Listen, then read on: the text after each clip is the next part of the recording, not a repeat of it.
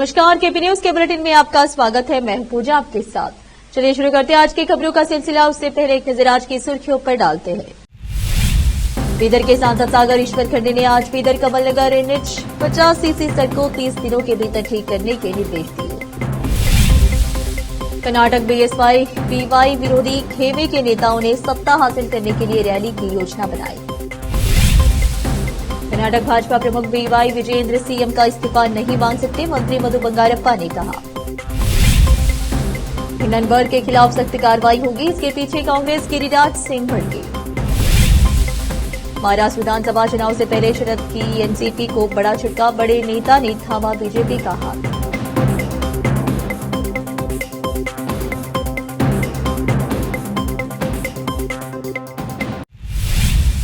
समाचारों का सिलसिला शुरू करते हुए देखते हैं समाचार विस्तार से। बीदर के सांसद सागर ईश्वर खंडे ने आज बीदर कमलनगर NH 50cc सड़क खराब काम के कारण खराब हो गई है, इसको 30 दिनों के भीतर बीदर कमलनगर NH 50 की मरम्मत के लिए कलबुर्गी PWD के उत्तर पूर्व क्षेत्र के मुख्य अभियंता को एक पत्र लिखा। सड़क की गुणवत्ता की स्थिति पर व्यापक तकनीकी रिपोर्ट की भी मांग की है।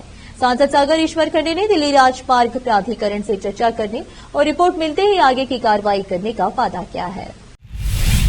रोकते समाचारों का सिलसिला एक ब्रेक के लिए, जल्द लौटते हैं ब्रेक के बाद।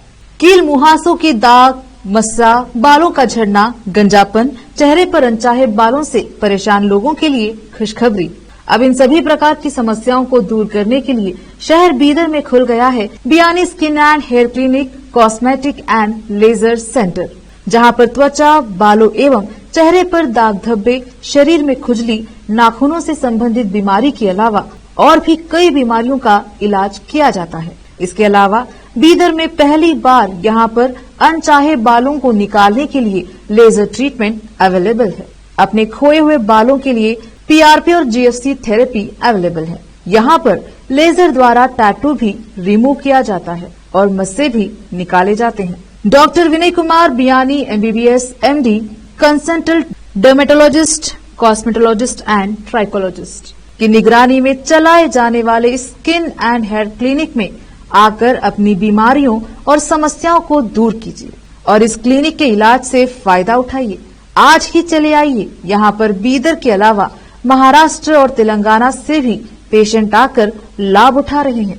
पहले PRP थेरेपी और लेजर ट्रीटमेंट के लिए लोग हैदराबाद जाते थे, अब यह सब चीजें यहीं बीदर में उपलब्ध है। नई कमान के पास बस स्टॉप के सामने बिल्डिंग में हमारा क्लिनिक है। चले आइए Biyani skin and hair clinic, cosmetic and laser centre. Timing सुबह 11 बजे से 9 बजे तक, 11 to 9 PM। अपॉइंटमेंट के लिए इस नंबर पर संपर्क कीजिए 9243573333। ब्रेक के बाद आपका स्वागत है। आइए देखते हैं देश के अन्य समाचार। भाजपा की मैसूर पदयात्रा के मद्देनजर चोबुड़ा घोटाले में मुख्यमंत्री सिद्धरामैया की भूमिका को उजागर करने के लिए आयोजित की गई थी। कम से कम 12 भाजपा नेताओं के एक येदियुरप्पा और विजेंद्र विरोधी गुट ने वाल्मीकि निगम घोटाले में कांग्रेस सरकार को घेरने के लिए कूडल संगम से बेल्लारी तक पदयात्रा शुरू करने का फैसला किया। रविवार को बेलगावी के बाहरी इलाके में गुप्त बैठक करने वाले भाजपा नेता राज्य भाजपा में BY विजेंद्र के नेतृत्व के खिलाफ है। बैठक में विजयपुरा विधायक बसंत गौड़ा पाटिल हेट्टार, गोकाक विधायक रमेश जारकिहोली, कुमार बंगारप्पा, पूर्व मंत्री अरविंद लिंबावली, पूर्व सांसद प्रताप सिम्हा, अन्ना साहेब चुल्ले, GM सिद्धेश्वर, BP हरीश और NR संतोष ने हिस्सा लिया। यादताल ने वाल्मीकि निगम के हुए 187 करोड़ रुपए के घोटाले की निंदा करने के लिए भाजपा हाईकमान से अनुमति लेकर पदयात्रा शुरू करने पर चर्चा की। हालांकि वाल्मीकि निगम घोटाले की निंदा करने के लिए निकाली गई रैली को महज एक बहाना बताया जा रहा है, लेकिन इसका मकसद येदियुरप्पा विरोधी गुट की ताकत दिखाना है। येदियुरप्पा के खेमे में पहचाने जाने वाले कुछ भाजपा नेता अब उनके खिलाफ खड़े हो गए हैं। बताया जा रहा है कि बैठक में भाजपा प्रदेश अध्यक्ष BY विजेंद्र की शिकायत अलाकामना से करने पर चर्चा हुई। प्राथमिक एवं माध्यमिक शिक्षा मंत्री मधु बंगारप्पा ने कहा कि भाजपा के प्रदेश अध्यक्ष BY विजेंद्र सिद्धरामैया पर सवाल उठाने या उनसे इस्तीफा मांगने की हिम्मत नहीं रखते। लक्कावली के भद्रा बांध पर बगीना चढ़ाने के बाद बोलते हुए मधु बंगारप्पा ने कहा, भाजपा के प्रदेश अध्यक्ष पीवाई विजयेंद्र में मुख्यमंत्री सिद्धरामैया से इस्तीफा मांगने की नैतिकता नहीं है। क्या उन्होंने किसी आंदोलन में भाग लिया था? उनकी उपलब्धि क्या है? पूर्व मुख्यमंत्री बीएस येदियुरप्पा के दोनों बेटे उन्हें जेल भेजने के लिए जिम्मेदार हैं। वे भ्रष्ट थे और येदियुरप्पा ने पिछले भाजपा कार्यकाल के दौरान मुख्यमंत्री के पद से इस्तीफा देकर इसकी कीमत चुकाई। उन्होंने यह भी बताया कि राघवेंद्र द्वारा केंद्रीय इस्पात मंत्री श्री कुमारस्वामी को भद्रावती स्थित Visvesvaraya iron and steel plant में लाने के बाद भी केंद्र सरकार ने इसे बंद करने की प्रक्रिया शुरू कर दी है। मधु ने आरोप लगाया कि जब राघवेंद्र ने लोकसभा में यह मुद्दा उठाया और पूछा कि क्या steel authority of India limited संयंत्र में उत्पादन गतिविधियों को फिर से शुरू करने का प्रस्ताव रखता है, तो केंद्र ने जवाब दिया कि वीआईएसएल को बंद करने की प्रक्रिया शुरू कर दी गई है। अगर वीआईएसएल बंद होता है तो इसके लिए पूरी तरह से वीवाई राघवेंद्र जिम्मेदार है। कर्नाटक के पूर्व डीजीपी शंकर महादेव बिद्री को अखिल भारत वीरशैव लिंगायत महासभा का निर्विरोध प्रदेश अध्यक्ष चुना गया। यह संगठन राज्य के सबसे प्रभावशाली सामुदायिक समूह में से एक है, क्योंकि वीरशैव लिंगायत लगभग 150 निर्वाचन क्षेत्रों में विधानसभा उम्मीदवारों के भाग्य का निर्धारण करने में महत्वपूर्ण भूमिका निभाते हैं। अनुभवी पुलिस अधिकारी जो अब राजनीति के मैदान में उतर चुके हैं। बिद्री ने कहा, मैं उन सभी सदस्यों के प्रति अपनी गहरी कृतज्ञता व्यक्त करता हूं जिन्होंने मेरा समर्थन किया और मुझे निर्विरोध जीतने में मदद की। मैं समुदाय के व्यापक विकास और समाज में अधिक एकता के लिए काम करूंगा। रोकते समाचारों का सिलसिला एक ब्रेक के लिए, जल्द लौटते हैं ब्रेक के बाद।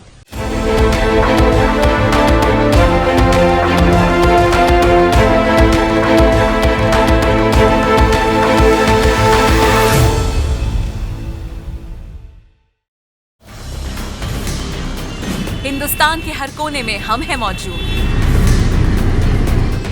24 घंटे हालात पर गहरी नजर,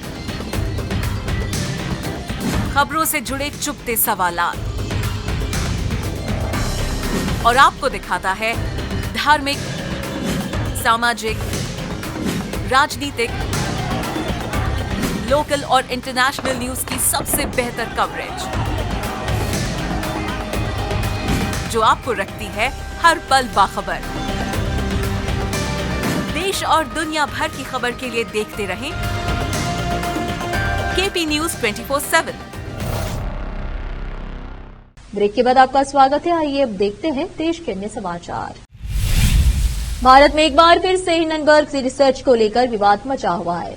हिंडनबर्ग ने एक बार फिर से अडानी ग्रुप को निशाना बनाने की कोशिश की है, लेकिन अडानी ग्रुप ने अमेरिकी रिसर्च कंपनी के सभी दावों को सिरे से नकार दिया है। इस बीच अब केंद्रीय मंत्री गिरिराज सिंह ने हिंडनबर्ग रिसर्च पर कार्रवाई की चेतावनी दी है। उन्होंने हिंडनबर्ग पर कांग्रेस से मिली भगत का भी आरोप लगाया है। आइए जानते हैं कि गिरिराज सिंह ने और क्या कुछ कहा है। केंद्रीय कपड़ा मंत्री सिंह ने कांग्रेस नेता राहुल गांधी और जयराम रमेश पर निशाना साधा है।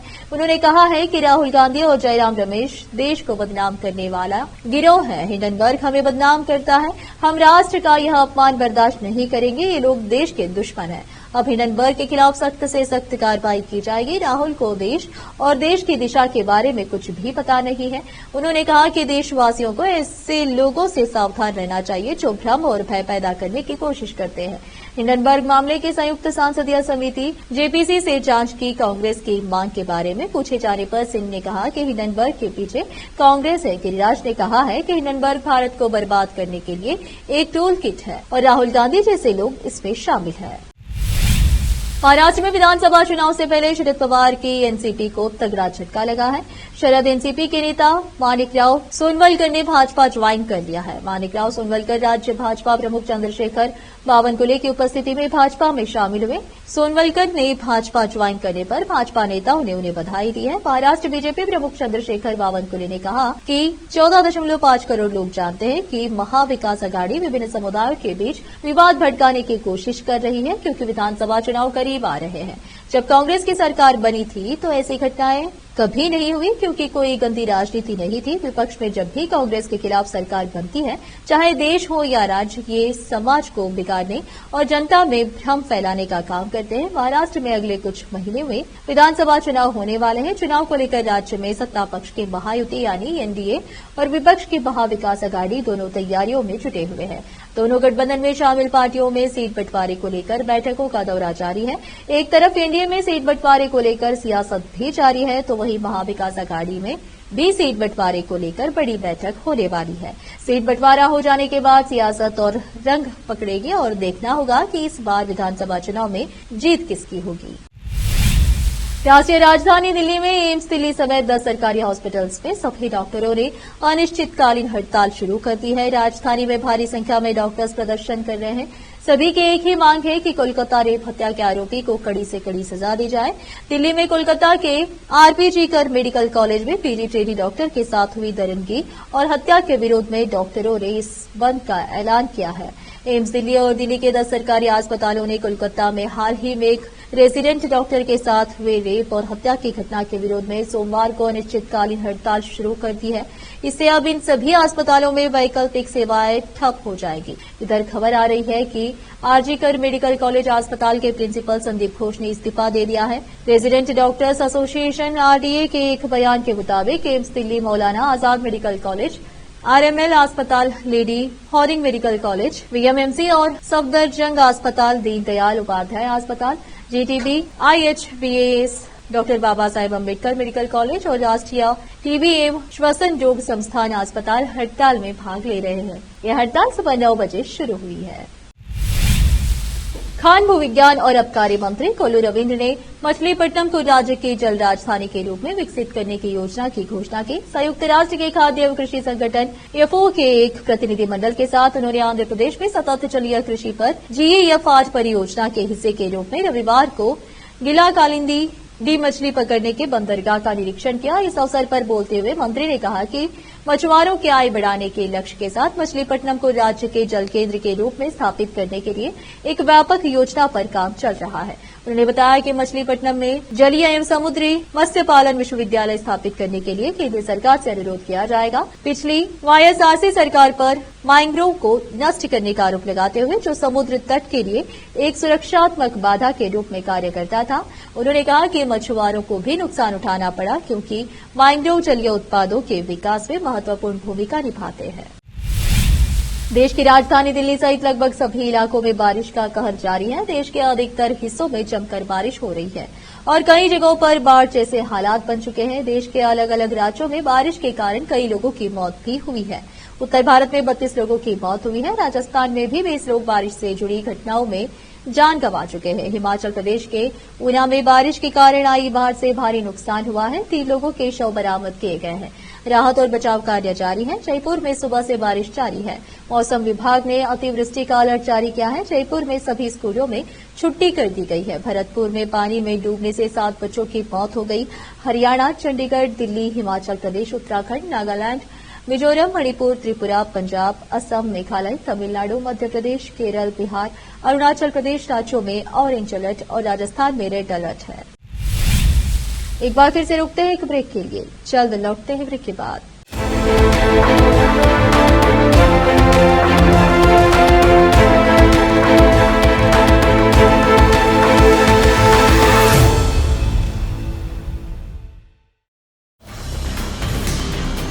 हिंदुस्तान के हर कोने में हम हैं मौजूद। 24 घंटे हालात पर गहरी नजर, खबरों से जुड़े चुपते सवालात और आपको दिखाता है धार्मिक, सामाजिक, राजनीतिक, लोकल और इंटरनेशनल न्यूज की सबसे बेहतर कवरेज जो आपको रखती है हर पल बाखबर। देश और दुनिया भर की खबर के लिए देखते रहें केपी न्यूज 24/7। ब्रेक के बाद आपका स्वागत है। आइए अब देखते हैं अंतर्राष्ट्रीय समाचार। अफगानिस्तान की राजधानी काबुल में भीषण बम धमाका हुआ है। एक मिनी वैन में किए गए बम धमाके में कम से कम एक शख्स की मौत हो गई है। आतंकवादी संगठन इस्लामिक स्टेट IS ने सोमवार को इस हमले की जिम्मेदारी ली है। आतंकवादी संगठन ने एक बयान में कहा कि उसने शिया अल्पसंख्यक समुदाय के सदस्यों को निशाना बनाते हुए विस्फोटक उपकरण से धमाका किया। इस्लामिक स्टेट ने बम धमाके में घायल और मारे गए लोगों की संख्या 13 बताई है। पुलिस के प्रवक्ता खालिद जादरान ने सोमवार को काबुल शहर के पश्चिमी हिस्से में बम धमाके की पुष्टि की है। उन्होंने बताया कि धमाके में एक नागरिक की मौत हो गई है और 11 लोग घायल हुए हैं। उन्होंने बताया कि विस्फोट दश्ते बराची इलाके में हुआ और पुलिस जांच में जुटी है। काबुल के दश्ते बराची क्षेत्र को आईएस के सहयोगी संगठनों की ओर से बार बार निशाना बनाया जाता रहा है। इन संगठनों ने स्कूलों, अस्पतालों और मस्जिदों पर कई बार हमले किए हैं। इतना ही नहीं, देश के उन अन्य इलाकों को भी निशाना बनाया जहां शिया रहते हैं। इस्लामिक स्टेट अफगानिस्तान में पहले भी शिया समुदाय के लोगों को निशाना बनाकर हमले करता रहा है। आईएस आतंकवादियों ने काबुल और देश के अन्य हिस्सों में हमले किए हैं। 2021 में अफगानिस्तान के कुंदूज शहर की एक शिया मस्जिद में बम धमाका हुआ था, जिसमें 50 से अधिक लोगों की मौत हो गई थी और 100 से ज्यादा लोग घायल हुए थे। इस्लामिक स्टेट ने इस हमले की जिम्मेदारी ली थी। साल 2023 में अफगानिस्तान के बल्गान प्रांत में शिया समुदाय को टारगेट करते हुए जमान मस्जिद में भीषण बम धमाका किया गया था। इसमें 15 लोगों की मौत हो गई थी, साथ ही कई लोग घायल भी हुए थे। बांग्लादेश में हुए सत्ता परिवर्तन के दौरान हिंदुओं को निशाना बनाया गया है। हिंदुओं को निशाना बनाकर हमले किए गए हैं और उनके व्यापारिक प्रतिष्ठानों को भी नुकसान पहुंचाया गया है। बांग्लादेश में हिंदुओं और अन्य अल्पसंख्यक समुदाय को निशाना बनाकर किए गए हमलों के खिलाफ अमेरिका में भी प्रदर्शन हुए हैं। इसी क्रम में 300 से अधिक भारतीय, अमेरिकी और बांग्लादेशी मूल के हिंदू ह्यूस्टन के शुगरलैंड सिटी हॉल में एकत्र हुए। प्रदर्शनकारियों ने अमेरिका के राष्ट्रपति जो बाइडेन से अपील करते हुए कहा कि वो बांग्लादेश में अल्पसंख्यकों के खिलाफ अत्याचार को रोकने और कमजोर समुदायों की रक्षा करने के लिए तत्काल एवं निर्णायक कदम उठाए। हिंदू समुदायों के खिलाफ हिंसा की घटनाओं में हालिया वृद्धि क्षेत्र में शांति और स्थिरता के लिए एक गंभीर खतरा बन गई है। प्रदर्शन के आयोजकों ने बांग्लादेश में सभी धार्मिक अल्पसंख्यकों की तत्काल सुरक्षा सुनिश्चित करने की मांग की और बाइडेन प्रशासन से आग्रह किया कि वह मानवता के खिलाफ हो रहे इन जघन्य अपराधों के दौरान मूक दर्शक न बना रहे। आयोजकों ने बांग्लादेशी हिंदुओं को सतर्क रहने, ताजा स्थिति पर नजर रखने और किसी भी आपदा स्थिति में मिलकर आवश्यक कदम उठाने के लिए प्रोत्साहित किया। फिर से एक नजर सुर्खियों पर। बीदर के सांसद सागर ईश्वर खंडे ने आज बीदर कमलनगर NH 50 सीसी सड़कों 30 दिनों के भीतर ठीक करने के निर्देश दिए। कर्नाटक BSY विरोधी खेमे के नेताओं ने सत्ता हासिल करने के लिए रैली की योजना बनाई। कर्नाटक भाजपा प्रमुख BY विजेंद्र CM का इस्तीफा नहीं मांग सकते, मंत्री मधु बंगारप्पा ने कहा। हिंडनबर्ग के खिलाफ सख्त कार्रवाई होगी, इसके पीछे कांग्रेस गिरिराज सिंह भड़के। महाराष्ट्र विधानसभा चुनाव से पहले शरद की एनसीपी को बड़ा झटका, बड़े नेता ने थामा बीजेपी का हाथ।